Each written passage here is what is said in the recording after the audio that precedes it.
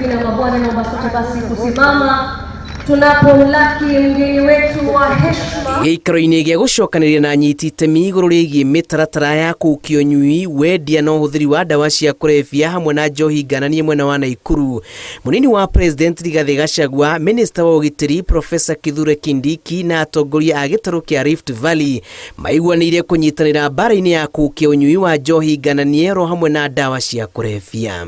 None of us has a problem with alcohol. But we have a problem with the poison in the name of alcohol. That we have a problem. We have a big problem with poison put in bottles and sachets and described as alcohol. That we have a problem. None of us has a problem with licensed establishments.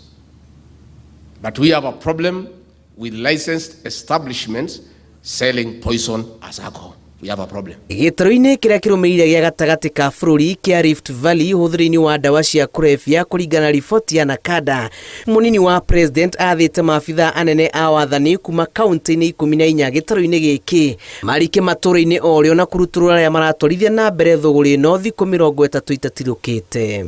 County commissioners, our DCC, muende muite machifu wetu mkubaliane, wapeane listi yote ya ile watu wanauza bangi kwa sababu wanawajua. Wapeane listi ya ile wote wanapika pombe haramu. Wale wote wanatumia licensed establishment kuuza sumu, wapatie nyinyi hiyo list. Uita kamati yako ufanye kazi.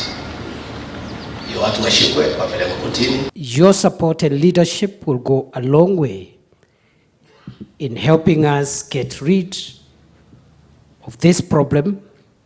That is one of the major cancers eating into our society. Mwena-inĩ wake Minister wa ũgitĩri Professor Kithure Kindiki nĩ ekĩrire ũritũ mũkana wa kũhĩtana na arĩa marĩ na itanya rĩa gũcokereria ikundi njĩkĩrĩre mũkana bũrũri-inĩ. The revival of those gangs cannot and will not be allowed.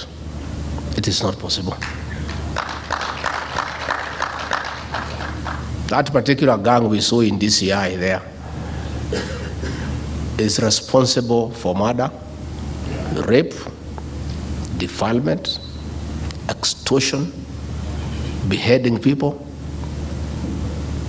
doing crazy things that I cannot mention to our women. We must say no to political and other leaders who are inciting violence and discrediting and defiling the facilities that symbolize order and civility in our country. Ũtongoria wa matũũra wathĩtwo gũikara ũrĩ itho na kumbũrania njama o ciothe iria ingĩkorwo ithugundĩtwo kwagagia mũingĩ na njĩra o yothe kũhũthĩra ikundi ici. And I want to direct all officers involved in this crackdown not to use the excuse of this fight to harass, intimidate, extort money from legitimate